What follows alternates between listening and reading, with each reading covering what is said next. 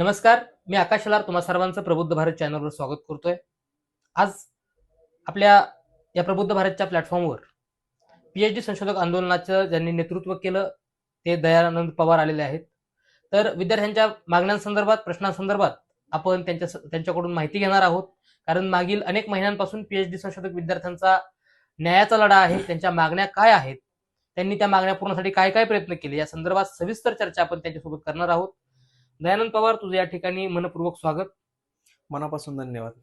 तर पहिला प्रश्न माझा आहे की विद्यार्थ्यांच्या नेमक्या मागण्या काय आहेत? सारथी, महाज्योती, बार्टी, अमृत, आरटी या महाराष्ट्र राज्यामध्ये 5 संस्था आहेत ज्या पीएचडी साठी फेलोशिप देतात.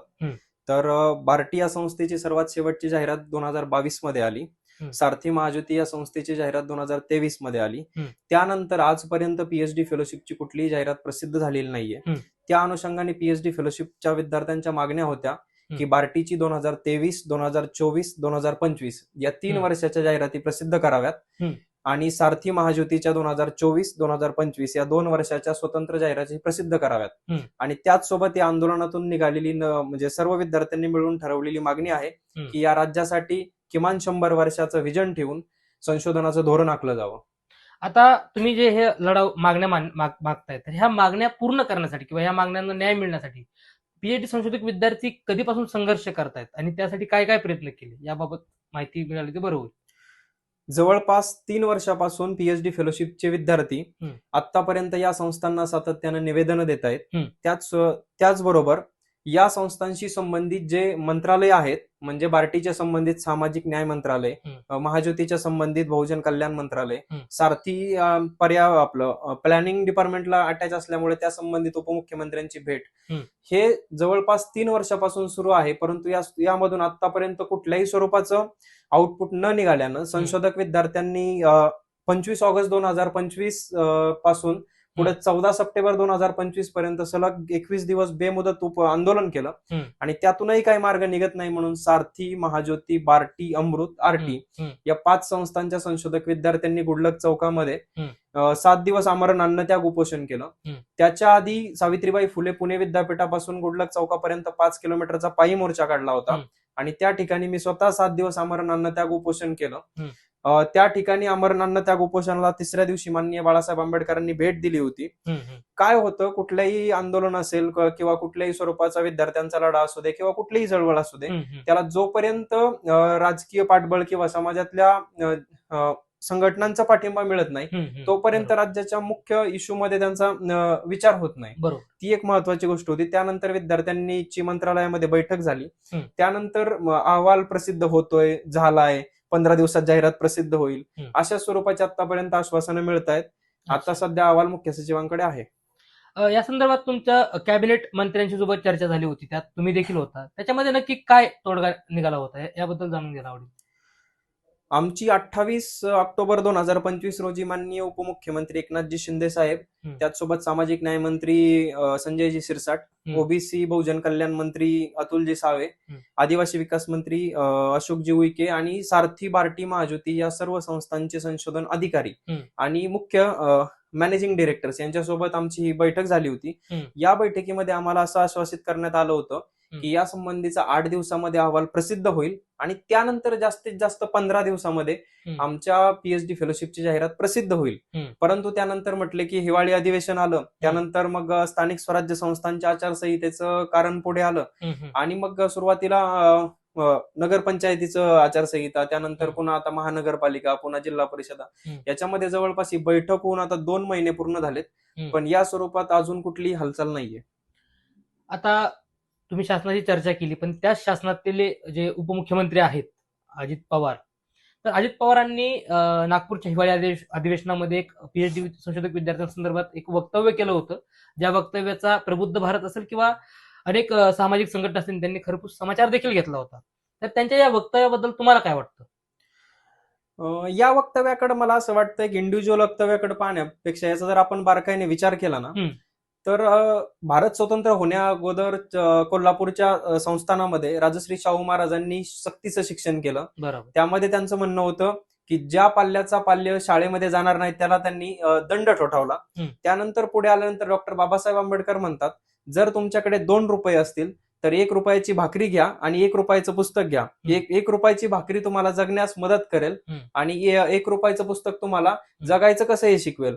त्यानंतर पुढे आल्यानंतर 1967 साली महाराष्ट्राच्या विधिमंडळामध्ये चर्चा सुरू होती की शालेय शिक्षणामध्ये विद्यार्थ्यांना एबीसी फेलोशिप दिली जावी का.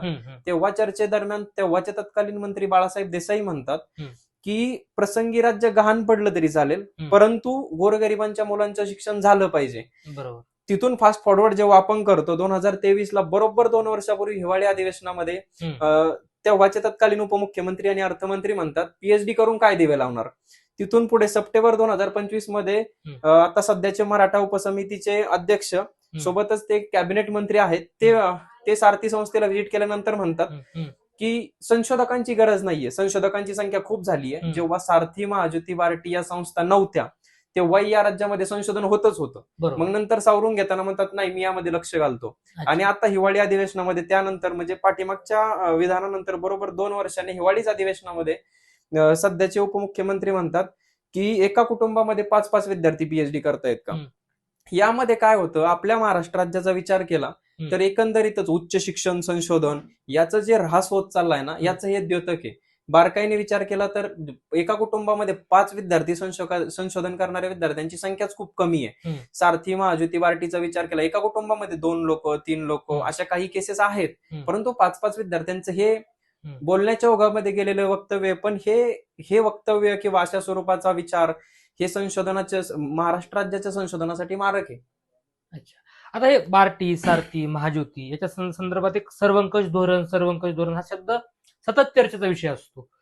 विद्यार्थ्यांच्या आंदोलनामध्ये देखील या शब्दाचा चर्चा होत असते. नक्की सर्वंकष धोरण म्हणजे काय? बार्टी, सारथी, महाज्योती आणि आता नव्याने तयार झालेले अमृत आणि आरटी या 5 संस्था आहेत. या 5 संस्थांमध्ये मुख्यत्वे काय सुरुवातीला काय होते, यांचे वेगवेगळे प्रोग्राम्स हे रन करतात. या सगळ्या प्रोग्राम्स मध्ये एक सुसूत्रता यावी म्हणून सामाजिक न्याय विभागानेच ऑक्टोबर 2023 मध्ये सगळ्यात पहिल्यांदा सर्वंकष धोरणाची सुरुवात केली. त्यामध्ये त्यांचा उद्देश असा होता की हे सगळे वेगवेगळे प्रोग्राम एकत्रित करावेत. या प्रोग्रामची एक सुसूत्रता असावी जेणेकरून या संस्थांना बरं पडेल. परंतु काय होतं, त्या टायमिंगला पीएचडी फेलोशिपसाठी पहिल्यांदा सर्वंकष धोरण आलं. पण पहिल्यांदा काय झालं, एक्झाम घेतली 300 जागांसाठी विद्यार्थी निवडण्यासाठी. पहिल्यांदा सेटचा 2019चा पेपर रिपीट झाला. त्यामुळे विद्यार्थ्यांनी मागणी केली की ही परीक्षा कॅन्सल करा. पुन्हा नव्याने एक्झाम घेतली तेव्हा जो पेपर होता तो आदल्या दिवशीच मुलांच्या मोबाईलमध्ये उपलब्ध होता. त्यामुळे पेपर फुटला. त्यामुळे ते पुन्हा तिथेही रखडलं. मग सरसकट फेलोशिप झाली. आता या वर्षी नव्याने सुधारित म्हणजे सर्वंकष धोरणाअंतर्गत पीएचडी फेलोशिपचा अहवाल आलाय. तो अहवाल म्हणतो सगळ्या संस्थांसाठी सारथी, बार्टी, महाज्योती, अमृत या 4 संस्थांसाठी प्रत्येकी सर्वंकष म्हणजे समान या न्यायाने प्रत्येक संस्थेला पीएचडीच्या 100 जागा असतील. सोबतच यांचे निकष ठरवताना 5 वर्षाची फेलोशिप 3 वर्ष होईल वगैरे असे त्याच्यामध्ये निकष आहेत. परंतु याच्यामध्ये प्रॉब्लेम असा आहे सर्वंकष धोरणामध्ये, आमच्या बार्टीच्या विद्यार्थ्यांचं असं म्हणणं आहे की बार्टी ही सामाजिक न्यायाच्या तत्वावर संविधानाची कलम 46 आहे, सामाजिक न्याय आणि दुर्बल घटकांचे संरक्षण या अंतर्गत तयार झालेली संस्था आहे. जर ही त्या अंतर्गत तयार झालेली संस्था असेल, हिला जर संविधानिक आधार असेल तर मग याला सामाजिक न्यायाचं तत्व सोडून इतर संस्थांच्या रांगेत तुम्ही कसं बसवणार. महाज्योती संस्थेचं म्हणणं पडतं तुम्ही 100 जागा देणार, आमच्याकडे ऑलरेडी 346 प्लस जाती आहेत. मग जर 346 प्लस जाती आणि 100 जागा म्हणजे 3.4 जातींना 1 जागा पीएचडीची येते, हा अन्याय होतो. अमृत बाबत असं होतं की अमृतची लोकसंख्या कमी आहे, त्या तुलनेने त्यांच्याकडे येणाऱ्या 100 जागा म्हणजे त्यांना सरसकट फेलोशिप होते. हे म्हणायला जरी सर्वंकष धोरण असलं तरी सुद्धा सारथी, महाज्योती, बार्टी बाबत सामाजिक न्यायाचं तत्वही डावललं जातं, लोकसंख्येचं प्रमाणही डावललं जातं आणि एका संस्थेला पुन्हा सरसकट फेलोशिप होती. अशा याच्यामध्ये खूप विसंगती आहेत. हे विद्यार्थ्यांसाठी मारक आहे धोरण. म्हणजे समान धोरण किंवा सर्वंकष धोरण जे म्हणतायत ते कुठेतरी असमान होऊ शकतं असं यातून म्हटलं तर वावगं ठरणार नाही. आता तर बार्टी असेल, सारथी असेल, महाज्योती असेल, ह्या ज्या संस्था आहेत या संस्था संशोधनासारख्या महत्वाच्या बाबीकडे दुर्लक्ष करतायत, काय वाटतं? या संस्था संशोधनाच्या बाबीकडे दुर्लक्ष करतायत का याचं मला असं वाटतं. आपल्याकडे एकंदरीत पाहिलं ना, आपल्याकडे कुठलीही संस्था तयार होते आणि हळूहळू काळाच्या ओघामध्ये त्या संस्थेमध्ये काय होतं, तो संस्था निर्माण करण्यापाठीमागचा जो मूळ उद्देश आहे ना तोच हरवत जातो आणि एका कालखंडानंतर संस्था फक्त एक ठराविक प्रचलित योजना आणि वरून आखून दिलेले कार्यक्रम राबवणारे सांगाडे बनतात. बरोबर. त्यामुळे त्यांचा जो आत्मा असतो, मूळ उद्देश, हम्म, तोच मरून जातो थोडक्यात. यामुळं आणि सारथी महायुती बार्टीमध्ये सध्या हेच घडतंय असं मला वाटतं. पण याच्यामध्ये पण दोन गोष्टी आहेत. आता हे असं झालं लागेल माहित नाही. आणि दुसरी गोष्ट असते की लॉंग टर्म मध्ये काहीतरी करणं. मग त्या संस्थेच्या संबंधित जो समाज घटक आहे त्यातून जी शिकून पुढे आलेली मंडळी आहेत त्यांनी एकत्रित होणं आणि त्यांनी एकत्रित येऊन एक कायमस्वरूपी एक दबाव गट म्हणून संस्थेवर असेल तर ती संस्था व्यवस्थित वर्क करते. हे आपल्याला अमेरिका आणि युरोपमध्ये घडताना दिसतं. हो. या स्वरूपाचे यावर उपाय व्हायला हवेत. आता विद्यार्थी ज्यावेळेस संशोधनासाठी किंवा फेलोशिपसाठी आंदोलन करतात किंवा त्या मागण्या मागतात सरकारकडे, अशा वेळेस लोकांमध्ये एक चर्चा पसरवली जाते किंवा चर्चा होते की पीएचडी संशोधन हे फक्त पैशासाठी करतायत. पण त्या पैशाची गरज का असते संशोधनासाठी आणि तो पैसा किती महत्वाचा असतो, हे तुम्ही कसं सांगाल प्रेक्षकांना? पीएचडी विद्यार्थ्यांना पैशाची का गरज असते हा प्रश्न जवळपास आतापर्यंत जेव्हापासून पीएचडी फेलोशिप महाराष्ट्र राज्यामध्ये सुरू झाली या संस्थांच्या माध्यमातून तेव्हापासून विचारला जातो. पण मला असं वाटतं की संशोधनासाठी पीएचडीची फेलोशिप का गरजेची असते, कारण संशोधनाला कुठल्याही विषयातलं संशोधन असेल, समजा ह्युमॅनिटी मधलं संशोधन आहे, ते संशोधन करण्यासाठी प्रतिवर्षाला जवळपास 1.5 ते 2 लाख रुपये खर्च येतो. जेव्हा आपण सायन्स बॅकग्राऊंडचा विषय पाहतो, सायन्स बॅकग्राऊंडला जवळपास तिथेच जिथं 1.5 ते 2 लाख रुपये ह्युमॅनिटीजला खर्च, सायन्सला गेले की तो खर्च 4 लाखापर्यंत जातो. हा झाला बेसिक खर्च. परंतु जर तुम्ही म्हणजे राजकारणी ज्या अनुषंगाने म्हणतात की बाबा संशोधनाला पैशाची काय गरज आहे आणि संशोधन केल्याने काय होणार आहे, मला याचे दोन विषयांची उदाहरणं देऊन मी तुम्हाला हा विषय सांगतो. आपल्याकडे जर बारकाईने पाहिलं तर पीएचडीचं सगळ्यात सुरुवात झाली बार्टीपासून. आपण बार्टीच्या अनुषंगाने समाज घटक येतो आपला दलित समाज. आपण जर दलित अभ्यास नावाची एक संपूर्णपणे स्वतंत्र भारतामध्ये शाखा आहे, त्याचा जर विचार केला ना, आपल्याकडे 1855 मध्ये महात्मा फुलेंच्या शाळेमधली विद्यार्थी वयाच्या 14व्या वर्षी मुक्ता साळवे नावाची विद्यार्थिनी वयाच्या 14व्या वर्षी निबंध लिहिते मांग महारांच्या दुःखाविषयी. 14व्या वर्षाची मुलगी स्वतःच्या व्यथा वेदना एवढ्या परखडपणे मांडते. तिथून फास्ट फॉरवर्ड झाले डॉक्टर बाबासाहेब आंबेडकर येतात, ते हिमालय एवढं काम उभं करतात, संविधानाच्या माध्यमातून या देशालाच एक नवी दिशा देतात. पुढे अण्णाभाऊ साठे, नामदेव ढसाळ, जवी पवार, राजा ढाले, माननीय बाळासाहेब आंबेडकर, केशव वाघमारे. आपण जर दलित साहित्याच्या अनुषंगाने जर पाहिलं तर बाबूराव बागुल, बलुतकार दया पवार, शरण कुमार लिंबाळे, ही साखळी जेव्हा आपण जोडत जोडत पुढे येतो, आता आपल्याला दिसतात सूरज एंगडे, प्रशांत रणदिवे यासारखे नवोदित अभ्यासक. परंतु जेव्हा आपण भूतकाळापासून आतापर्यंत पाहतो तर अभ्यासकांची संख्या कमी होत गेलेली दिसते.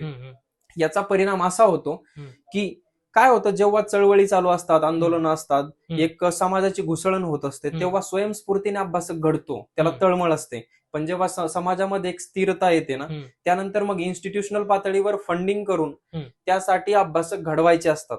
दुसरं विषयाचं उदाहरण आपण जर इतिहास घेतला, आपण पाहिलं तर आपल्याकडे छत्रपती शिवाजी महाराजांचा जन्म 1630 मध्ये झाला आणि त्यांना 50 वर्षाचं आयुष्य लाभलं. त्याच युरोपमध्ये नेपोलियन बोनापार्टचा जन्म 1769 ला झाला. नेपोलियन बोनापार्ट 1821 साली गेला, त्यांनाही 52 वर्षाचं आयुष्य लाभलं. पण या दोन व्यक्तिमत्वांचं जर आपण त्यांच्यावर निर्माण झालेलं किंवा त्यांच्यावर झालेलं संशोधन पाहिलं, म्हणजे पब्लिकेशन्स, रिसर्च पेपर्स, आर्टिकल्स, तर शिवरायांवरती तयार झालेलं एकंदरीत संशोधन पाहिलं, त्यांची संख्या हजारांमध्ये आहे, अजून लाखांमध्ये गेलेली नाहीये. पण दुसऱ्या बाजूला नेपोलियन बोनापार्ट वरती मिलियन्स मध्ये तुम्हाला रिसर्च झालेलं दिसेल, रिसर्च पब्लिकेशन्स दिसतील, रेफरन्स बुक्स दिसतील. मग हे कशामुळे घडतं? तुम्ही संशोधनामध्ये पैसा टाकला नाही, तुम्ही संशोधनासाठी तेवढं धोरण आखलं नाही, त्यामुळे हे काय होतं, जुना इतिहास विसरून जातो. मग आपण पुढच्या पिढ्यांना काय देतो याचा विचार करणं गरजेचं आहे प्रत्येक संस्थेने आणि शासनाने सुद्धा. बरोबर. म्हणजे बाबासाहेब पण म्हणले होते की जो कोम आपला इतिहास नाही जाणता उसे गुलाम बनाना बहुत आसान आहे. म्हणजे इतिहास सुद्धा म्हणजे माहिती घ्यायची असेल तर संशोधन किती महत्वाचं आहे तळागाळापर्यंत जाण्यासाठी, आणि त्यासाठी आर्थिक पाठबळ देखील महत्वाचं आहे. याकडे सरकार निश्चितच लक्ष देईल अशी अपेक्षा व्यक्त करूयात. आता दलित, ओबीसी, एसटी किंवा मराठा, गरीब मराठा हे जे काही विद्यार्थी आहेत बहुजन समाजातले, यांना समाजाचं मूलभूत संशोधन कसं व्हावं यासाठी 100 वर्षापर्यंतचं संशोधन धोरण कसं असावं, काय वाटतं? मला 100 वर्षापर्यंत संशोधक धोरण ही खूप महाराष्ट्र राज्यासाठी महत्वाची गोष्ट आहे. पण मला त्याच्यासोबतच अजून एक उदाहरण द्यायचं. आपल्याकडे संशोधन धोरण नसेल आणि पाठबळ नसेल तर काय होतं, याचं सगळ्यात ज्वलंत उदाहरण म्हणजे आपले विदर्भामध्ये होऊन गेलेले संशोधक शेतकरी दादाजी खोब्रागडे. त्या माणसाने 2010 साली फोर्ब्सच्या यादीमध्ये त्यांचं नाव आलं त्या यादीमध्ये त्यांना भारतातले उत्कृष्ट 10 संशोधकांमध्ये त्यांची गणना झाली. परंतु त्यानंतर महाराष्ट्र शासनाने त्यांना कृषी भूषण पुरस्कार दिला. पण दादाजी खोब्रागडेंनी आतापर्यंत भात या पिकावर संशोधन करून 9 वाण त्यांचे शोधून काढले. पण त्या माणसाला फक्त आर्थिक पाठबळ नसल्यामुळे त्यांच्याकडे एकाही वाणाचं पेटंट नाहीये. दुसरी गोष्ट, त्यातून या संशोधनातून आर्थिक काही ना काही त्यांना म्हणजे अर्थसहाय्य व्हायला हवं होतं. स्वतःच्या मुलाचा आजारपणामध्ये उपचार करण्यासाठी पैसे नाही म्हणून संशोधनाची भूमी त्यांना विकावी लागली. 2 एकर जमीन हातची गेली. त्यानंतर तिथून पुढे संशोधन करायला माझ्याकडे जमीन नाही, मग मी काय करणार? तर मग त्यांच्या सुनेच्या वडिलांनी त्यांना 1.5 एकराचा तुकडा दिला. त्याच्यात संशोधन करून नवीन मात शोधलं त्यांनी. त्यानंतर जर दादाजींची संपूर्ण पाहिलं तर आज तागायत त्यांनी पहिलं जे वाण शोधून काढलं होतं त्याचं नाव HMT. त्यांनी शोधलेलं वाण 6 वर्षानंतर शोधलेलं वाण राहुरी कृषी विद्यापीठांच्या संशोधक शास्त्रज्ञांनी ट्रायलसाठी नेलं. त्यानंतर त्यांनी ट्रायल केली आणि त्यांनी स्वतःच्याच नावावरती पब्लिश केली. त्यानंतर ते PKV HMT नावाने बाजारात आलं. दादाजी खोब्रागडे बाजूलाच राहिले, कारण संशोधनाला आर्थिक बळ नाही. धोरण का असावं तर इथे येतं. त्यामुळं काय होतं, त्याचं उत्तर त्यांना विचारलं होतं की असं तुमच्या बाबत का घडलं? दादाजी म्हणले याचं कारण असं असू शकतं, एकतर विदर्भातला मी गरीब शेतकरी, आणि जर ते कारण नसेल, विदर्भाचं कारण नसेल, तर कदाचित माझी जात मला आडवी आली असेल. महार जातीत माझा जन्म झाला म्हणून हे शेतीतलं संशोधन बाजूला राहिलं. कारण म्हटले दलितांकडे जमिनी नाही, त्यातून मी संशोधन करतोय. आणि त्यावेळेस त्यांच्यावरची जी खिन्नता होती ना, ती अजूनही मनामध्ये राहते. त्यामुळं काय होतं की जो स्वतःहून स्वयंस्फूर्तीने संशोधन करतोय अशा प्रत्येक व्यक्तीसाठी 100 वर्षाचं धोरण असायला हवं. त्याच्यामध्ये सायन्स, टेक्नॉलॉजी, त्यानंतर इंजिनिअरिंग, मॅथमॅटिक्स या सायन्स, कारण हे खूप मोठ्या ताकदीने आता सध्या पुढे जात आहे, त्यांचं एक वेगळं धोरण असावं. ह्युमॅनिटीज मध्ये मराठी भाषेचा आता सध्या शाळा बंद होत आहे, त्यामुळे आंदोलन उभं राहत आहे. त्या मराठी भाषेच्या अनुषंगाने ह्युमॅनिटीज मध्ये स्वतंत्र धोरण असावं. त्यामध्ये इतर विषय, इतिहास, भूगोल, अर्थशास्त्र या सगळ्या विषयांसाठी स्वतंत्र धोरण असावं. आणि चौथी गोष्ट, समाज म्हणून आपल्यासाठी संशोधनाचं स्वतंत्र धोरण असावं. उदाहरणार्थ बार्टी अंतर्गत येतो दलित समाज. दलित समाजा अंतर्गत जो पूर्ण जेवढ्या जाती येतात, 50+ जाती येतात महाराष्ट्र राज्याचा विचार केला तर, त्या प्रत्येक जातीचं इथून पाठीमागे 200 वर्षापूर्वी, 100 वर्षापूर्वी त्यांची काय परिस्थिती होती, आज त्यांची काय परिस्थिती आहे, ग्रामीण शहरी काय फरक जाणवतोय का, जर त्यांच्यामध्ये राजकीय त्यांचं पार्टिसिपेशन किती आहे, शैक्षणिक पार्टिसिपेशन किती आहे, त्यांच्या सामाजिक, त्यांचा आता सध्या सामाजिक त्यांचे बदल झालेत की आहे त्याच बदलावरती आहे, अशा प्रत्येक अनुषंगाने संशोधन व्हायला हवं. कारण ज्या समाजाने 2-2 हजार वर्ष अस्पृश्यतेचा अनुभव घेतलाय, त्या समाजाच्या आतापर्यंत त्यांचं जे संशोधन आहे ते करून जर तुम्ही प्रिझर्व्ह नाही केलं तर भविष्यातल्या पिढीला आपल्या पाठीमागच्या पिढीसोबत काय घडलं हे आपण कसं सांगणार? तुम्ही जर दुसऱ्या बाजूला इस्रायल जर पाहिलं तर इस्रायल या देशामध्ये त्यांच्या होलोकास्ट सारख्या त्यांनी मरणयातनांना सामोरे गेली ती माणसं, पण त्याचा प्रत्येक गोष्ट न गोष्ट आज प्रिझर्व्ह केलेली याद वैषम सारखे आपल्याला प्रोजेक्ट दिसतात. आपल्या महाराष्ट्रामध्ये ही गोष्ट संशोधनाच्या माध्यमातून व्हायला पाहिजे. त्यासाठी सारथी, बार्टी, महाज्योती अंतर्गत येणारे दलित, मराठा, ओबीसी या सगळ्या समाजांच्या अनुषंगाने संशोधन व्हावं आणि महाराष्ट्र राज्याला उज्ज्वल भवितव्यासाठी संशोधन धोरणाची अत्यंत गरज आहे. आता दादा, शेवटचा एक प्रश्न आहे. तुमचं आंदोलन झालं, सरकारनं तुमचा प्रश्न तातडीनं सोडवायलाच हवा आणि तो सोडवायलाच पाहिजे, कारण हा न्यायाचा प्रश्न आहे, विद्यार्थ्यांच्या हिताचा प्रश्न आहे. परंतु या अशा सरकारच्या वागणुकीमुळे, संशोधक विद्यार्थ्यांसोबत जी काय वागणूक सध्या सरकार करत आहे, याच्यामुळे जर रोहित वेमुला सारखा संस्थात्मक बळी गेला तर याला सरकार जबाबदार असेल, कारण अशा घटना घडत आहेत. याला सरकार जबाबदार असेल, 100% सरकार जबाबदार असेल. पण दुर्दैवाची गोष्ट की 2016 साली रोहित वेमुला गेले, तो पण PhDचा विद्यार्थी हैदराबाद विद्यापीठातला. आज बरोबर 2026 आहे, 10 वर्ष पूर्ण झाली, परंतु अजूनही न्यायाच्या प्रतीक्षेतच रोहित वेमुलांचं प्रकरण आहे. त्यानंतर आपल्याकडे मुंबईला पायल तडवीच हायर एज्युकेशन मध्ये प्रकरण घडलं होतं. या सगळ्यातून काय होतं, डिस्क्रिमिनेशन हा तर मुद्दा अजूनही सुटलेला नाहीये, तो पुढे येतोच आहे. पण दुसऱ्या बाजूला आपण जर पाहिलं तर हे अशा रोहित वेमुला घडू नयेत. उच्च शिक्षणामध्ये, संशोधनामध्ये विद्यार्थ्यांना तेवढ्या ताकदीने पुढे जाता यावं, यासाठी संशोधक विद्यार्थ्यांना पाठबळ देणं गरजेचं आहे. प्रत्येक वेळेस रस्त्यावर उतरून आंदोलन करणं, संस्थात्मक पातळीवर काही भेदभाव झाला तर पुन्हा त्या इन्स्टिट्यूशनल लेव्हलला जर सॉर्ट आउट होत नसेल तर राज्य संस्थेविरुद्ध पुन्हा लढा लढत बसणं, यासाठी संशोधक विद्यार्थ्यांकडे तेवढी वर्ष नाही, तेवढा वेळही नाही. त्यामुळे अशी बळे जाऊ नयेत. गोरगरीब, वंचित समाजातल्या प्रत्येक विद्यार्थ्याला संशोधन किंवा उच्च शिक्षणाच्या माध्यमातून त्याचा स्वतःचा विकास करता यावा. जो काही त्यातून त्याला आउटपुट मिळेल त्यातून पुन्हा समाजासाठी काहीतरी रिटर्न्स देता यावेत. म्हणून अशा महाराष्ट्र राज्याला संशोधन धोरणाची गरज आहे. आणि पहिली सर्वात महत्वाची गोष्ट म्हणजे समाजाबद्दल तळमळ आणि कळवळा असणाऱ्या धोरण निर्मात्यांची गरज आहे. धन्यवाद, तू इथं आलास आणि तुझ्या मागण्या आपल्या प्लॅटफॉर्मवर मांडल्यास. सरकार निश्चितच याकडे लक्ष देईल आणि तू तळमळीने तुझ्या विद्यार्थ्यांच्या मागण्या विविध प्लॅटफॉर्मवर मांडत आहेस, आंदोलन करत आहेस. तुझ्या मागण्यांना निश्चित यश मिळो हीच आमच्या प्रबुद्ध भारतकडून तुला शुभेच्छा. धन्यवाद. आपण अशाच सामाजिक विषयांवर चर्चा करत राहू. पाहत राहा प्रबुद्ध भारत.